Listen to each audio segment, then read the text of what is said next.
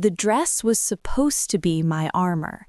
700 hours of hand-stitched lace, a train that cascaded like frozen water, my mother's rosary wrapped around my wrist, the tiny silver cross pressing into my pulse like a reminder, you belong to someone now.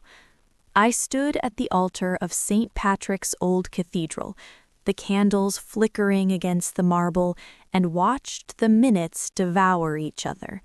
10 past noon, 20 past, half past. Marco Marchetti was not coming. I could hear the whispers before I could understand them.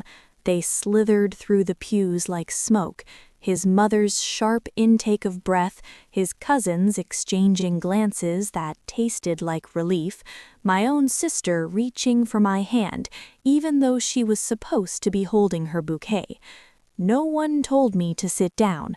No one told me anything. Because in the Marchetti family, silence was the only language of shame. I didn't cry. Crying would have been a luxury, and I had learned years ago that luxuries were debts I couldn't afford. My father's gambling tab, my brother's college tuition that mysteriously got paid the month I started dating Marco, the penthouse my mother suddenly didn't have to worry about losing. Marco had bought us, not with flowers or promises, but with the quiet, surgical precision of a man who understood that love was just a transaction with better branding. And I had let him, because survival looked a lot like gratitude when you were poor and pretty in a city that devoured both. So I stood there, in my 700-hour dress, and waited for the man who had proposed to me on a rooftop overlooking the Brooklyn Bridge to do the one thing I had never expected, show me exactly who he really was. The footsteps echoed against the vaulted ceiling, each one a stone dropped into still water. I didn't turn. I knew that stride. I had heard it 100 times in the hallways of Marco's brownstone, on the polished floors of his father's estate up in Westchester. It was the walk of a man who had never been told to wait. Dante Marchetti, the older brother, the one with the colder eyes, the one who in 3 years of my engagement to Marco had spoken exactly 12 words to me. "You're in the wrong seat." Dinner at the estate my first night. "He won't marry you." Christmas Eve last year, whispered against my ear in a hallway so dark I couldn't see his face. "It's raining. Go inside." 3 weeks ago, outside Marco's penthouse when I was waiting for a man who was already 2 hours late. The footsteps stopped beside me. I could feel the heat of him before I saw anything. He stood so close that the edge of his suit sleeve brushed the bare skin of my arm. A current went through me, not electricity, but something raw, the way a deer feels the wolf before it runs. "He's gone." Dante's voice was low, a vibration that settled in my chest like a second heartbeat. "He's gone." I closed my eyes. The candles flickered behind my lids, orange ghosts. "You knew." It wasn't a question, but he answered anyway. "I told you, Christmas Eve. You didn't listen." I opened my eyes and turned to face him for the first time. Dante Marchetti was not a man you looked at directly. You looked around him, at the expensive cut of his suit, at the scar that bisected his left eyebrow, at the way his hands never quite relaxed even when he was standing still. But I was already a woman who had nothing left to lose, so I looked him in the eye. Gray, storm gray, with a ring of darkness around the iris that made him look like he hadn't slept in a decade. "You told me he wouldn't marry me," I said. "You didn't tell me he'd leave me in a church full of 300 people with a dress I can't return and a mother who will never forgive me." Dante's jaw tightened. For a moment, something flickered in his expression, something that might have been anger or might have been something far more dangerous. Then he reached out. His hand closed around my wrist, right where the rosary sat. His fingers were cold, but the pressure was absolute, not painful, just final. Come with me. It wasn't a request. I should have pulled away. I should have called my sister, gathered the train of my ruined dress, and walked out of that cathedral with whatever dignity I had left. But Marco had spent 3 years teaching me that safety was an illusion, and Dante had spent those same 3 years watching me with eyes that promised something I couldn't name. So I let him lead me down the aisle, past the empty pews, past his mother whose face was carved from stone, past my sister whose mouth formed a silent, "What are you doing?" I didn't know. But when we reached the heavy oak doors and the rain hit my face for the first time, Dante stopped. He turned me to face him, still holding my wrist. The rain soaked through the lace of my dress, turning it translucent against my skin. His eyes traveled down, then back up, and the look on his face was not cold. It was hungry. "Marco is a coward," he said, his voice barely audible over the rain. "He ran because he knew what I would do if he actually married you."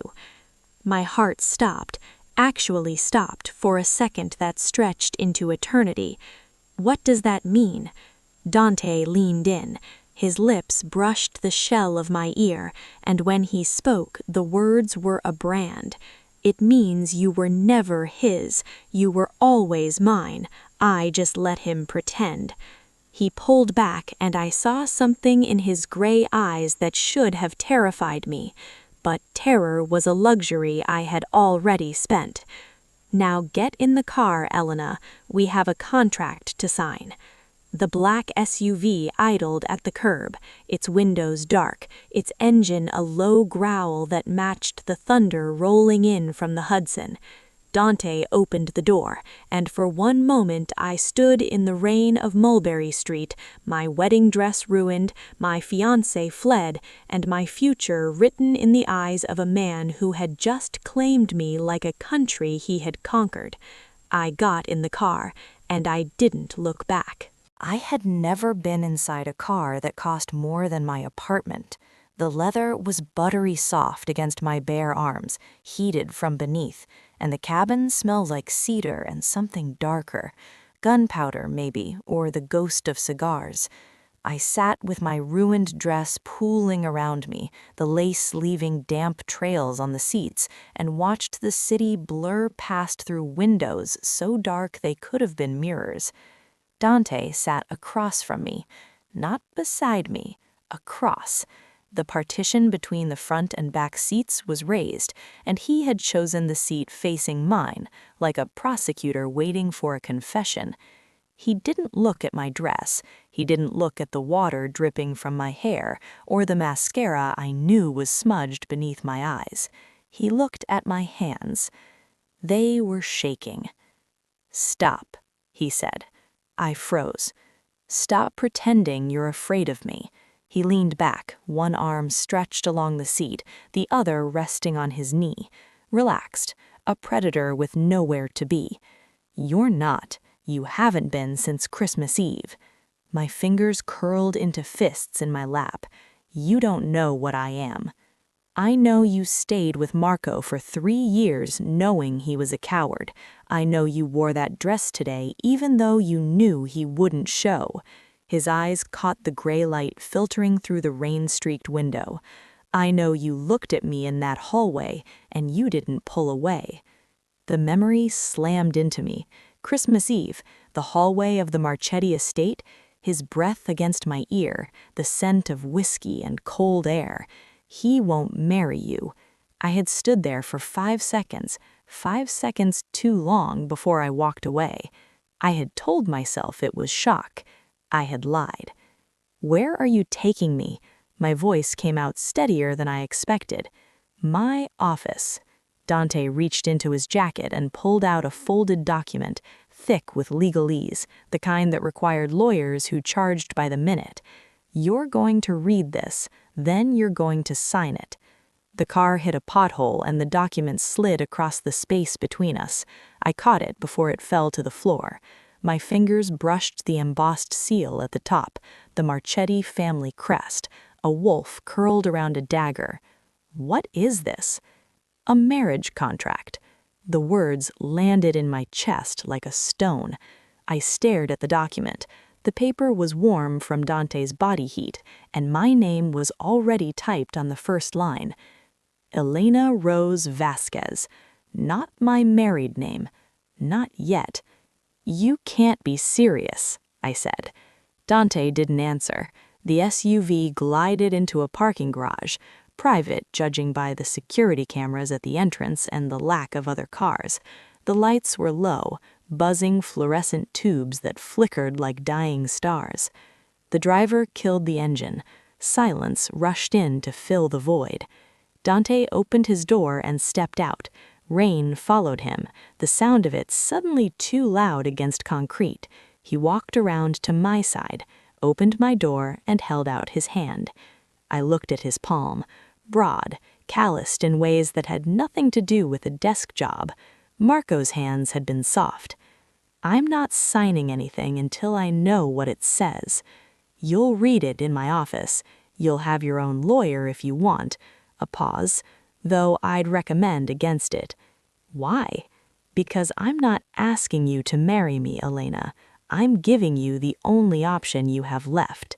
His words hung in the damp air, and I realized, with a clarity that felt like drowning, that he was right. My father's debts, my mother's mortgage, Marco's family who would now treat me like a liability instead of an asset.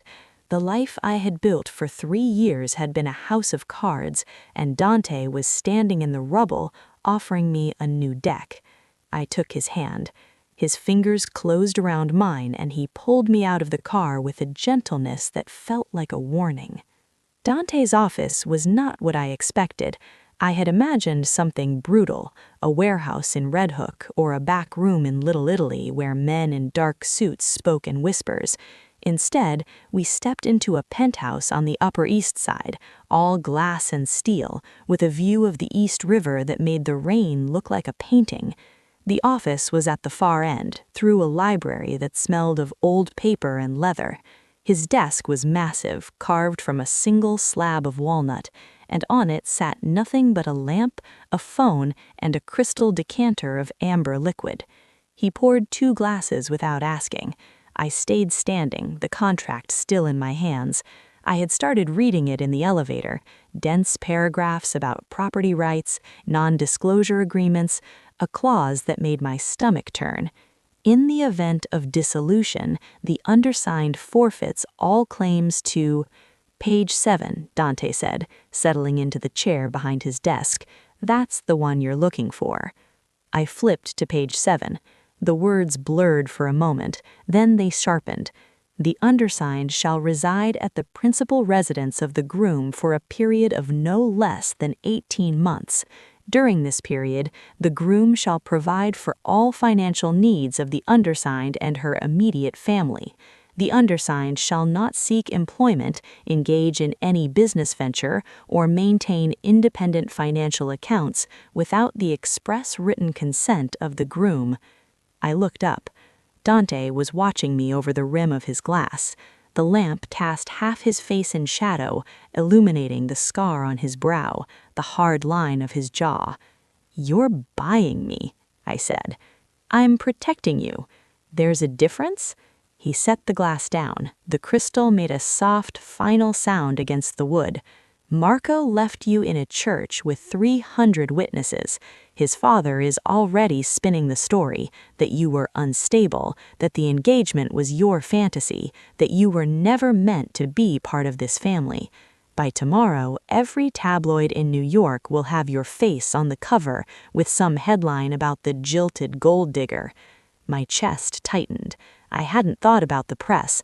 I hadn't thought about anything except the weight of my dress and the silence of the cathedral. Signing this changes the narrative, Dante continued. You're not the woman Marco left. You're the woman who chose his brother, the one who stayed when he ran. And what do you get? He smiled. It was not a kind smile. It was the smile of a man who had just closed a deal he had been negotiating for years. I get what I've wanted since the first time I saw you at my father's estate. You in my house, my name on your skin, and the satisfaction of knowing that every time Marco sees you from now on, he'll remember that he was too weak to hold on to the one thing I couldn't buy. The silence that followed was absolute. I could hear my own pulse in my ears, could feel the lace of my dress drying against my skin, tightening like a second layer of flesh, could see in the space between us the shape of a man who had just admitted, in the coldest terms possible, that he had been waiting. 3 years. He had been waiting for 3 years. You said I wasn't afraid of you. My voice came out hoarse. You were wrong. Dante rose from his chair. He moved slowly, deliberately, the way a storm moves across water, inevitable, unhurried. When he reached me, he didn't touch my face or my hands. He reached for the contract still clutched against my chest and pulled it from my fingers. Then he knelt. One knee on the marble floor, the contract balanced on his thigh, he looked up at me with those gray eyes that had watched me for 3 years and saw everything I had tried to hide. I will never hurt you, Elena. His voice was low, rough at the edges. I will never leave you in a room full of people waiting for someone. Who isn't coming? I will never let anyone touch you without your permission. He took my hand and pressed the pen into my palm. But I will not let you walk out of this building without signing that paper, because if you leave, Marco's father will destroy your family before the sun sets, and I won't be able to stop him unless you belong to me. I looked at the pen, at the contract, at the man kneeling at my feet, who had just told me with the same certainty he would use to order a hit or sign a deal that he was the only thing standing between my family and ruin. Page 14, I whispered. What's on page 14? Dante's expression didn't change, but something in his eyes went still. Read it. I flipped to page 14.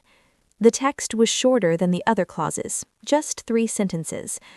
The groom acknowledges that any threat to the safety or well-being of the undersigned shall be met with immediate and decisive action. The groom further acknowledges that his obligation to protect the undersigned supersedes all other obligations, including those to family, business, or self. In the event of failure to uphold this obligation, the groom forfeits all rights and claims, and the undersigned is released from this contract with full financial restitution. I read it twice, then a third time. You wrote this? I insisted on it. You're putting your life on the line for a woman you've barely spoken to. Dante rose to his feet. He was close enough now that I could smell the rain on his jacket, the cedar and gunpowder, the faint trace of something metallic. I've spoken to you, he said quietly. Every time you were in a room with Marco, I was watching. Every time you laughed at his jokes, I was counting the seconds until he did something stupid enough to lose you. The day he proposed on that rooftop, I was in the building across the street. I saw you say yes, and I broke 3 of my own fingers against the windowsill so I wouldn't go down there and tell you what you were really agreeing to. I stared at him. You're insane. Possibly. He took the pen from my hand and clicked it open. But I'm also the only person in this city who will kill for you without asking permission first. He placed the contract on the desk, opened to the signature line, and laid the pen across it. Sign, Elena, or walk out that door and find out what happens when a woman like you tries to survive a city like this alone. I signed. Not because I believed him, not because I trusted him, but somewhere between the cathedral and this penthouse, I had realized that trust was a game for people who had options. My hand didn't shake. The ink was black, final. When I set the pen down, Dante was already folding the contract, sliding it into his jacket like a weapon he had been waiting to draw. Good. He walked to the window, his back to me, and for a moment he looked like the city outside, dark, immense, holding its breath. Your family will be moved to a new apartment by morning. Your father's debt will be cleared by noon. Your mother will receive a letter explaining that you married me because Marco's betrayal was too much to bear, and that you're in love with his older brother. A pause. She'll believe it. She already likes me more than she liked Marco. And Marco? Dante turned. The rain blurred the lights of the city behind him, turning them into smears of gold and red. His face was half in shadow, half illuminated, and in the half-light I saw something I hadn't noticed before, a crack in the armor. Marco is in Dubai. He'll stay there for a while, long enough for the dust to settle, long enough for you to understand that this, he gestured between us, is not temporary. You said 18 months. I said 18 months is the minimum. I didn't say I'm letting you go at the end of it. My heart hammered against my ribs. That wasn't in the contract. It's in every contract I've ever signed. I don't make deals I intend to lose. He stopped inches away, close enough that I could feel the heat of him, see the faint pulse at his throat, the way his chest rose and fell like he was holding something back. You're going to hate me, he said softly, probably for a long time. You're going to fight me and test me and look for ways out. I expect that. Then why do it? Because when you finally stop fighting, his hand came up, not touching me, just hovering near my jaw, you'll realize that every man who came before me was just practice. His hand dropped.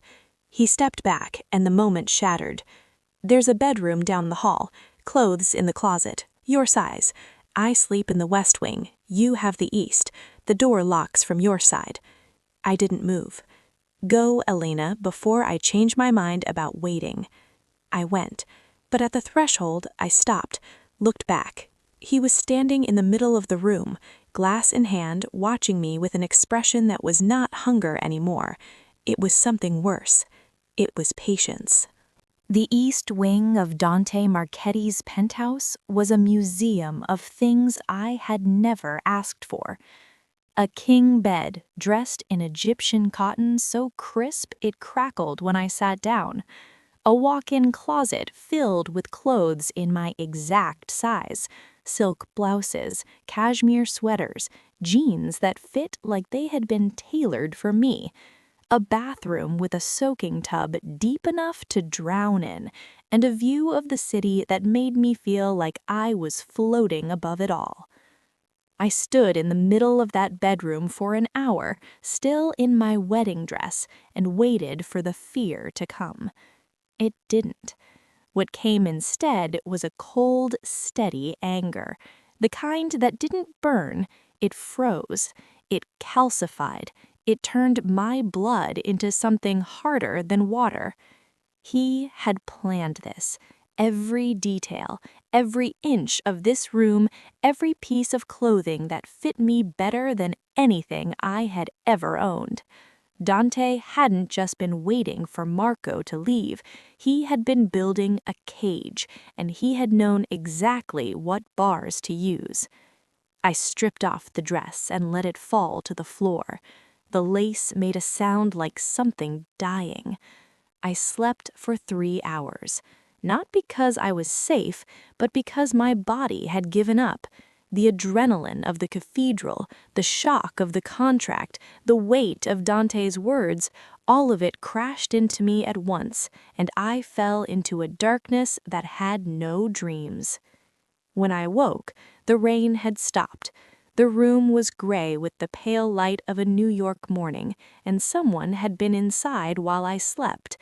A tray sat on the nightstand, coffee still rising from the cup, a single croissant wrapped in a linen napkin, a small vase with one white rose, and a note. Breakfast at 9. We have guests. Wear the blue dress. I stared at the handwriting, sharp, angular, a man who had learned to write before keyboards made letters soft. My hand trembled as I picked up the coffee. It was exactly how I liked it, dark, a single sugar, no cream. He knew. He had been watching long enough to know how I took my coffee. I wore the blue dress, not because he told me to, because blue was the color of armor, and I needed armor to face whatever he had planned. It was a deep sapphire, silk, cut modestly at the neck, but clinging to my ribs. The woman in the mirror looked like someone else, someone who belonged in this penthouse, someone who had signed a contract and meant it. I hated her, but I needed her more. The library outside Dante's office had been transformed. The morning light streamed through the floor-to-ceiling windows, turning the dust motes into gold. A table had been set near the fireplace, laid with china that looked like it belonged in a museum. 3 places. 2 men stood by the window. Dante was one of them. He had changed from the suit he wore at the cathedral into something darker, charcoal, unbuttoned at the collar, his hair still damp from a shower. He looked like a man who had slept exactly as much as I had. The other man was older, 60 maybe, with silver hair and a face that had been handsome once, before power carved it into something harder. He wore a suit that cost more than my mother's mortgage, and when he turned to look at me, his eyes were the same gray as Dante's. Aldo Marchetti, Dante's father. Elena. His voice was warm in a way that made my skin crawl. Come in, come in. Dante tells me you've had quite a night. I walked to the table. My legs didn't shake. My hands didn't tremble. I had learned in 3 years of pretending to love Marco how to smile when I wanted to scream. Mr. Marchetti. I let him take my hand, let him press his lips to my knuckles in a gesture that was meant to look old-world and chivalrous. It felt like a brand. Aldo, he corrected, releasing my hand.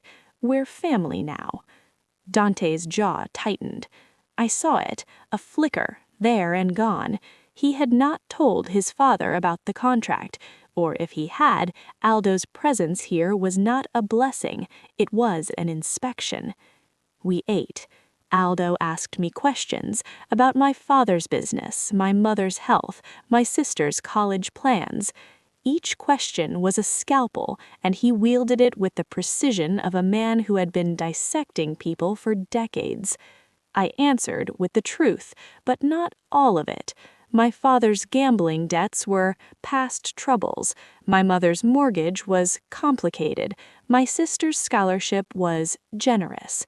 Aldo smiled at each answer, and I knew, with the same certainty I knew the sun would set, he already knew the full truth. He was testing me, seeing if I would lie or if I would offer the truth like an offering. And your new arrangement with my son? Aldo set down his coffee cup. The Priscillan made a sound like a bell. Tell me, Elena, was this love of first sight, or did it take you 3 years to realize you had chosen the wrong brother? The silence that followed was sharp enough to cut. Dante's hand, resting on the table beside his plate, went very still. I looked at Aldo, then at Dante, then back at Aldo. I chose the man who didn't leave. Aldo's smile didn't waver, but something in his eyes shifted. A calculation, a reassessment. Interesting, he said. Dante, you've found yourself a woman with teeth. Dante said nothing. He was watching me with an expression I couldn't read, something between approval and warning. Aldo rose from his chair. I should go. My condolences to your parents, Elena. I'm sure the sudden change in plans has been difficult for them. He straightened his tie. I'll have the papers sent over this afternoon. The family will need to make an announcement before the press gets hold of the story. He kissed my hand again, and this time I felt the weight of it, a reminder, a warning. Then he was gone, and the door closed behind him, and the room was quiet except for the crackle of the fire and the sound of my own breathing. Dante didn't move from his chair. "You handled that well." I handled that like a hostage negotiating with her captor. I can't leave. I can't work. I can't call my sister without you knowing what I say. What would you call it? He leaned back in his chair. The firelight caught the scar on his brow, turning it silver. I'd call it a contract. The same kind I've signed a dozen times. The same kind that kept your family afloat while you were dating my brother. I stood. The chair scraped against the floor, a sound like tearing fabric. You don't get to use that against me. You don't get to throw my family's survival in my face like it's leverage. Dante rose too, slower, deliberate. I'm not using it against you. I'm reminding you why you signed. He walked around the table, each step measured, until he was close enough that I could see the faint shadow of stubble on his jaw, the way his pupils had dilated just slightly. You didn't sign because I threatened you. You signed because I offered you something no one else in your life ever has. And what's that? Safety. The word landed in the space between us like a stone in still water. You're not safe, I whispered. You're the most dangerous person I've ever met. Dante's hand came up, slowly, giving me time to move away. I didn't. His fingers touched my jaw, feather-light, and I felt the calluses I had noticed before, rough skin, old scars, a man who had learned violence before he learned gentleness. I am dangerous, he said, his voice low, to anyone who threatens you, to anyone who looks at you the way I've been looking at you for 3 years, to anyone who tries to take you away from me. His thumb traced the line of my jaw, and my breath caught. But I will never, ever be dangerous to you. I should have pulled away. I should have remembered the contract, the cage, the way he had watched me from across the street while Marco proposed.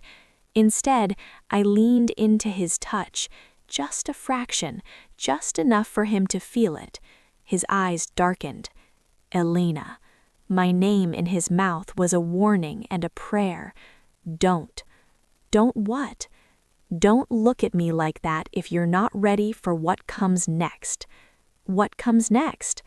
He dropped his hand, stepped back. The cold air rushed in to fill the space between us, and I realized I had been holding my breath. You're not ready, he said, not yet. He turned and walked toward his office, leaving me standing in the middle of the library with my heart hammering against my ribs and my skin still burning where he had touched me. At the doorway, he paused. There's a car coming at noon. We're going to your parents' house. They need to see you, alive, unharmed, and married to the right brother. And if I refuse? He looked over his shoulder. The morning light caught his face, and for a moment I saw something I hadn't noticed before. Exhaustion. You won't refuse, because your mother has already called 3 times this morning, and the only thing keeping her from having a heart attack is the thought that her daughter finally married a man who can take care of her. He disappeared into his office, and the door closed behind him with a sound like a verdict. I stood at the window for a long time, watching the East River turn from gray to blue as the morning burned off the rain. The city spread out beneath me, a labyrinth of streets and secrets, and I was trapped at the top of it all, married to a man I barely knew, bound by a contract I had signed with my own hand. But as I watched the sunlight catch on the water, I felt something I hadn't expected. Not fear, not anger, curiosity. Dante Marchetti had spent 3 years watching me, 3 years learning my coffee order, my dress size, the shape of my fear. He had dismantled my life and rebuilt it around himself, and he had done it with the patience of a man who knew exactly what he wanted. I should have been terrified. Instead, I wanted to know what else he had been hiding. The ringtone was unfamiliar, not my phone, which was still somewhere in the wreckage of my old life. It was coming from the nightstand. I crossed the room and picked up the phone. It was new, still in its box, with a sticky note on the screen. "For you, programmed with my number and your family's. Don't lose it." I answered. "Elena," my sister's voice, tight with fear. "Where are you? Mom's been crying all night. She saw the news." "What news?" "The announcement. Dante's people released it at 6 this morning. They're saying you married him, that Marco was never going to marry you, that Dante stepped in because he couldn't let you be humiliated." I closed my eyes. "It's true," I said. "Elena." "I married Dante. I signed the papers this morning." Silence on the other end. Then, so quiet I almost didn't hear it. Is he like Marco?" I thought about the way Dante had knelt in front of me, the contract on his thigh, his voice low and steady as he told me he would kill for me without asking permission. "No," I said. "He's worse." I hung up before she could ask what I meant.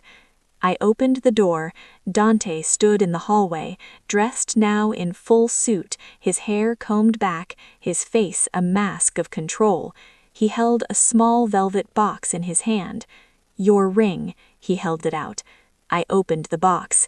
The diamond was enormous, set in platinum, flanked by 2 smaller stones that caught the light like frozen fire. It was the kind of ring that whispered money and power, the kind of ring that made a statement to anyone who saw it. "This is too much." "It's not enough." His voice was flat. "Put it on." I slid the ring onto my finger. It was heavy, cold. It fit perfectly. Of course it did. "We leave in 10 minutes, Dante said. "Your father's debt is cleared. Your brother's tuition is paid. Your mother has a new mortgage that she can actually afford." He paused. "They will welcome you like a queen, and you will smile like you're happy." "And if I'm not?" He stepped closer. His hand closed around my wrist, not hard, just there, a reminder. "You will be, because happiness, Elena, is a choice, and you've already chosen me." I looked at his hand on my wrist, at the ring on my finger, at the man who had bought me like a painting he had been coveting for 3 years. "What happens when Marco comes back?" I asked. His grip tightened, just enough. "He won't. You said he's in Dubai. You didn't say he's staying there forever." "He's not." Dante's eyes were gray as a winter sky, gray as the river below, gray as the space between right and wrong.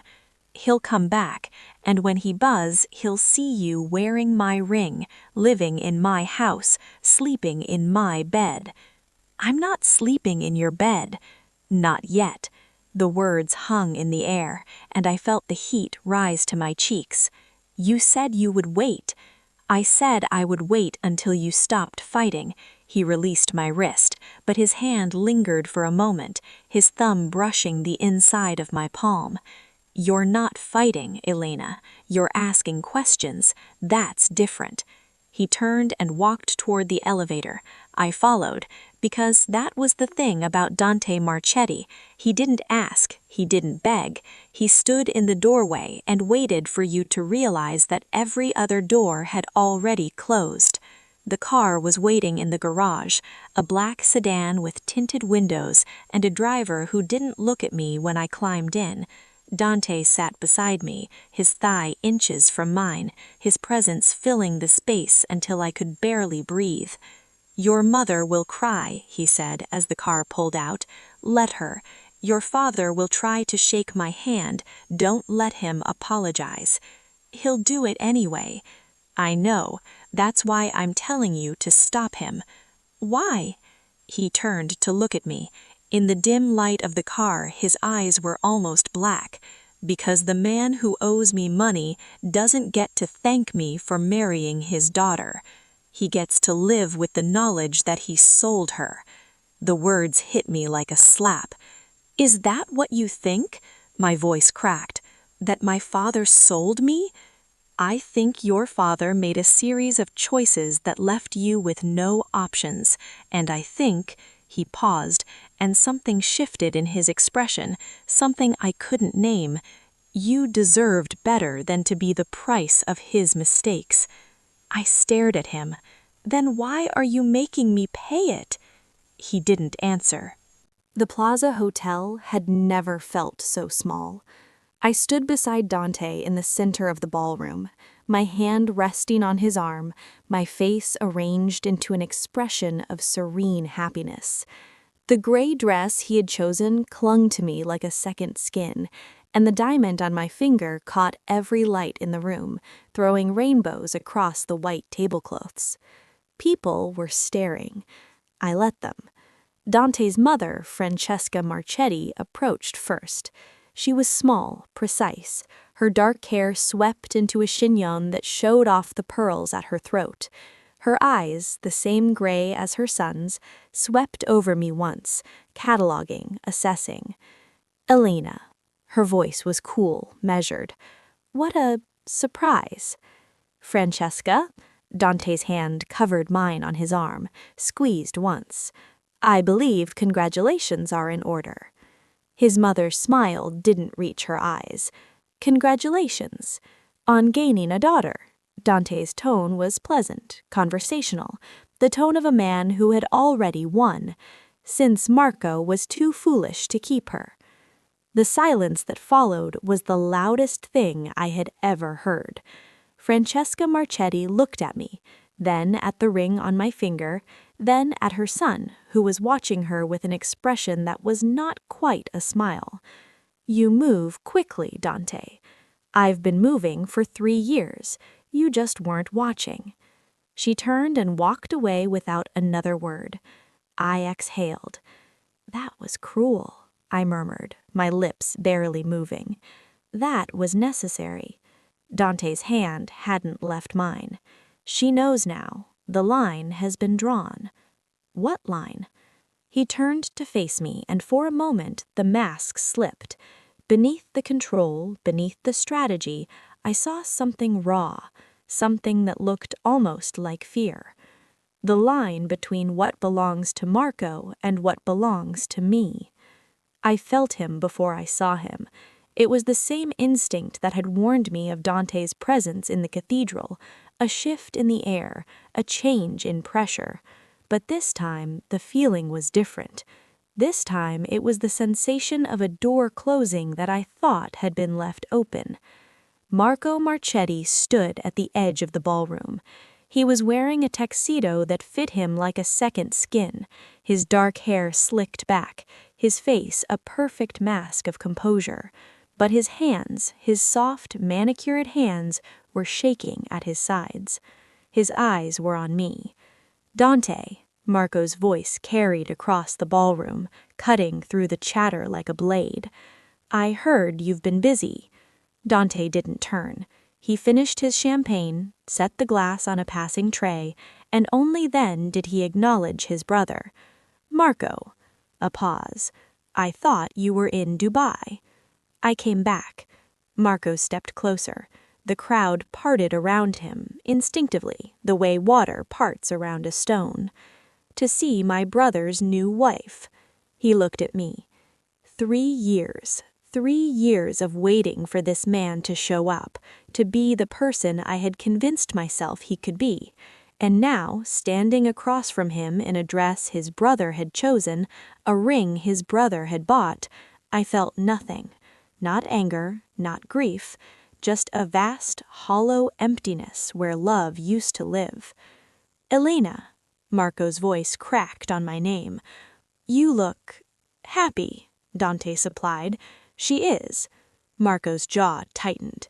I need to speak to her, alone. No, this doesn't concern you. Dante moved. One moment he was standing beside me, his hand light on my arm. The next, he was between me and his brother, close enough that the two of them were chest to chest, their faces inches apart. "Everything about her concerns me," Dante said softly. "That's what you don't understand. That's what you've never understood."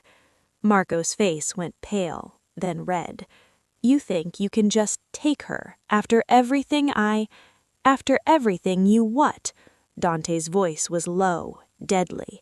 "After you left her at the altar, after you ran to Dubai like the coward you've always been, after you spent 3 years treating her like an accessory, a transaction, a way to prove you were better than me."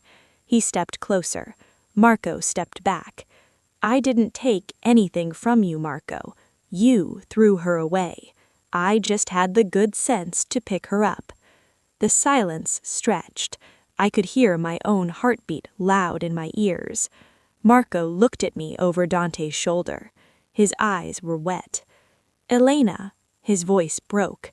"Please, just let me explain." I looked at him, the man who had proposed on a rooftop, the man who had bought my family's safety with money I never asked for, the man who had stood me up in front of 300 people and left me to drown in the silence. And I thought about the contract on Dante's desk, the clause on page 14, the way Dante had knelt in front of me, not to beg, but to promise. "I will never leave you in a room full of people waiting for someone who isn't coming." I stepped out from behind Dante's shoulder. Marco's face lit with hope. I walked past him without a word. I found a room at the end of a corridor, a small library, empty, with floor-to-ceiling windows that overlooked Fifth Avenue. The rain had started again, streaking the city lights into ribbons of gold and red. I stood by the window and let myself shake. The door opened behind me. I didn't turn. I knew his footsteps now, knew the weight of them, the rhythm, the way he moved through the world like it owed him something. "You handled that well," Dante said. "I'm not doing this for you. I know." He came to stand beside me at the window, not touching, just close enough that I could feel the heat of him, the solid weight of his presence. "He's going to try again," I said. "I know. He's going to tell my mother things. He's going to find a way to make me look like the villain." Dante was silent for a moment. Then, "Do you still love him?" The question hung in the air between us. I thought about the rooftop, the Brooklyn Bridge at sunset, the way Marco had looked at me when he thought I wasn't watching, like I was a prize he had won, not a person he had chosen. "No," I said. I didn't know if it was true, but I wanted it to be. Dante turned to face me. His hand came up, slow, giving me time to pull away. I didn't. His fingers brushed my jaw, tilting my face toward his. "He's going to try to take you from me," Dante said quietly, "and when he does, I'm going to have to choose." "Choose what?" "Between my brother and you." I looked into his gray eyes. The hunger was still there, but beneath it, something else, something that looked like dread. "You already know what you're going to choose," I said. He smiled. It was not a kind smile. "I've known for 3 years." His thumb traced the line of my jaw. I should have pulled away. I should have remembered that this man had bought me, had trapped me, had watched me sleep without permission. But I was standing in a room full of shadows, wearing a dress he had chosen, a ring he had given me, and I was so tired of fighting. "Whisper me," I whispered. He didn't move. "Not like this." "Why?" "Because when I kiss you, Elena, I'm not going to stop." His voice was rough, scraped raw. "And I need you to be sure." I reached up and touched his face, the scar above his eyebrow, the bruise on his knuckles, the evidence of a life spent fighting for things he wanted. "I've never been sure of anything in my life," I said, "but I'm sure I don't want to go back to the way things were." He kissed me. It was not gentle. It was not patient. It was the kiss of a man who had been waiting for 3 years, who had broken his own fingers rather than interfere, who had bought a woman's family to keep her safe. His hands were in my hair, pulling, and I was pressed against the glass, and the rain was falling on Fifth Avenue, and for one moment I forgot that I was a prisoner in a gilded cage. He pulled back first, his forehead pressed against mine, his breathing ragged. "We need to go home." "Why?" "Because if we stay here, I'm going to do something that will get us both talked about for the wrong reasons." I laughed. I didn't mean to, it just came out, a sound so unexpected that it startled us both. Dante looked at me for a long moment, then he smiled, a real smile, not the shark's grin he wore in boardrooms and ballrooms. "There you are," he said quietly. "What?" "The woman who told my brother he was wrong, the woman who wore a wedding dress to a cathedral knowing she was going to be humiliated and walked out with her head up anyway." He touched my face again, softer this time. "I've been waiting to see her." I didn't know what to say. He took my hand and led me out of the library, back through the ballroom, past the whispering crowd and Marco's furious eyes. We didn't stop until we were in the elevator, the doors closing on the glittering chaos, the two of us alone in a box of brass and mirrors. "He's going to come for you," Dante said as the elevator descended. "I know. And when he does, I'm going to have to hurt him." I looked at our reflection in the mirrored walls, his hand wrapped around mine, my diamond catching the light. "Then hurt him," I said. The ride back to the penthouse was silent. Dante sat across from me again, but this time the space between us felt different, charged. He watched me with an intensity that made my skin prickle, and I let him. The phone buzzed. Dante ignored it. It buzzed again and again. He pulled it from his jacket, glanced at the screen, and went very still. "What is it?" I asked. He didn't answer. He turned the phone so I could see. The screen showed a photo, a house I recognized, my mother's house in Bensonhurst. The front door was open, the porch light was shattered, and standing on the lawn, hands raised, face toward the camera, was my father. Beneath the photo, a message. "Tell my brother I want to talk. M." The world tilted. Dante's hand was on my knee, grounding me. "He's bluffing." "You don't know that." "I know Marco. He's not a killer. He's a coward who wants to look like one." "Then why is he at my mother's house?" Dante's jaw tightened. He pulled out his own phone, dialed a number, and spoke in rapid Italian, words I couldn't follow, but tones I understood. Anger, command, something underneath that sounded like fear. He hung up. "I have men there already. They were watching your family before we left the gala." He looked at me. "He's not going to hurt them." "But he's going to try." Dante didn't answer. The car pulled into the garage, the engine died, and in the silence that followed, I heard something that made my blood run cold. A gunshot. Distant, muffled by concrete and steel. Dante was out of the car before I could breathe. I followed. The penthouse was dark. Dante moved through it like a shadow, his gun already drawn, his body between me and every doorway. I stayed behind him, my hand on his back, feeling the tension in his muscles. The library was empty, the kitchen, the bedroom, and then we reached the study. The door was open. Inside, Marco stood by Dante's desk, his hands bloody. Not his own blood, someone else's. On the floor behind him, one of Dante's men lay unconscious, a crimson stain spreading across his white shirt. Marco smiled when he saw us. "You took something that didn't belong to you, Dante." His voice was light, almost cheerful. "I'm just returning the favor." He lifted his hand. In it was a folder, the contract, the one I had signed the night before. Dante's gun came up. "Put it down." "Or what?" Marco tilted his head. "You'll shoot me? Your own brother in front of your new wife? He looked at me, and in his eyes I saw something that had never been there before. Hatred. You think he loves you? Marco laughed. He loves winning. He's been competing with me our whole lives. You're just the trophy he finally managed to steal. Dante's hand was steady. Last warning. Marco raised the folder. Burn this contract and I'll walk away. I'll leave your family alone. I'll go back to Dubai and never come back. And if I don't? Marco's smile widened. Then I tell father everything. About the accounts you've been hiding, about the deal you made with the Russians, about the woman you bought like a piece of property. He looked at me again.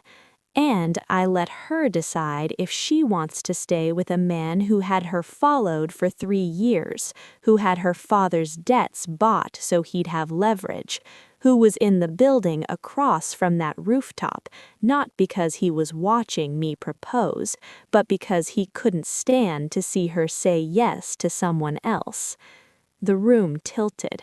I looked at Dante, at the gun in his hand, at the truth I had been pretending wasn't there. Is that true? My voice was barely a whisper. Dante didn't answer. Is it? He lowered the gun. Yes.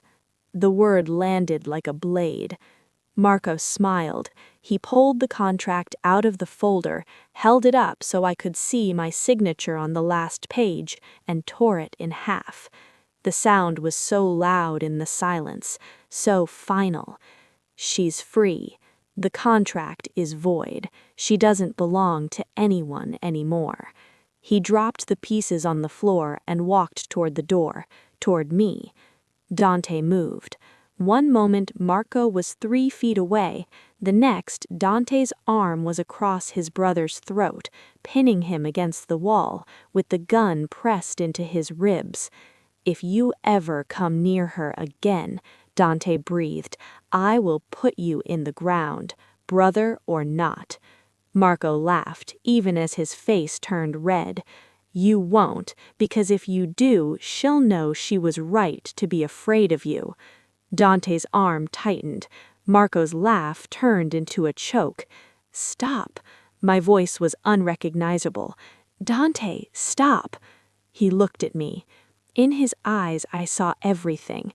The 3 years of watching, the broken fingers, the contract he had written to protect me from his own family, the fear he had been hiding since the moment he saw me in that cathedral. He let Marco go.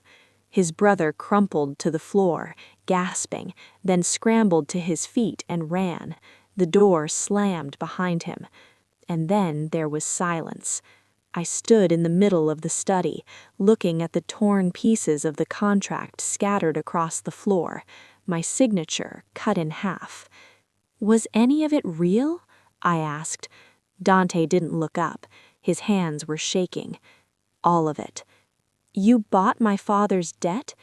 I bought your father's debt so Marco couldn't, so no one could hold it over your head. You followed me. I watched you. There's a difference. I laughed. It was a hollow sound. You had me undressed while I was sleeping. He finally looked up. His face was gray, exhausted, stripped of every mask he had ever worn. I had the maid do it. I waited in the hallway until she was done. His voice cracked. I didn't touch you, Elena. I've never touched you without your permission. But you wanted to. Yes. The word was so simple, so honest. I walked toward him. His hands were on the armrests, knuckles white. I reached out and took one of his, the bruised one, the one he had broken on a windowsill 3 years ago. Why did you do it? All of it? He stared at our hands. Because I saw you in my father's house 3 years ago in a yellow dress that didn't fit, and you told her mother her flowers were arranged wrong. And when she turned red, you didn't apologize. You just smiled. He looked at me. I had been in that house 1,000 times and never seen anyone stand up to her, not my father, not Marco, no one. His hand turned, gripping mine.